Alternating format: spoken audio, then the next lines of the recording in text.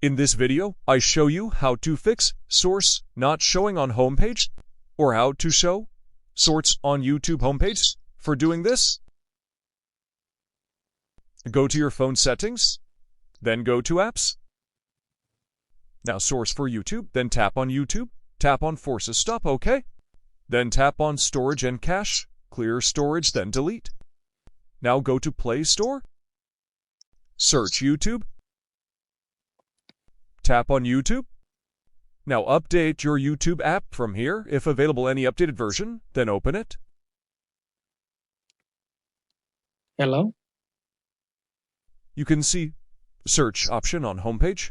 If this method not working, then click on profile icon. Then click on settings icon. Then click on time management. If you enable source feed limit, then disable it. Then go back. Then play some sorts.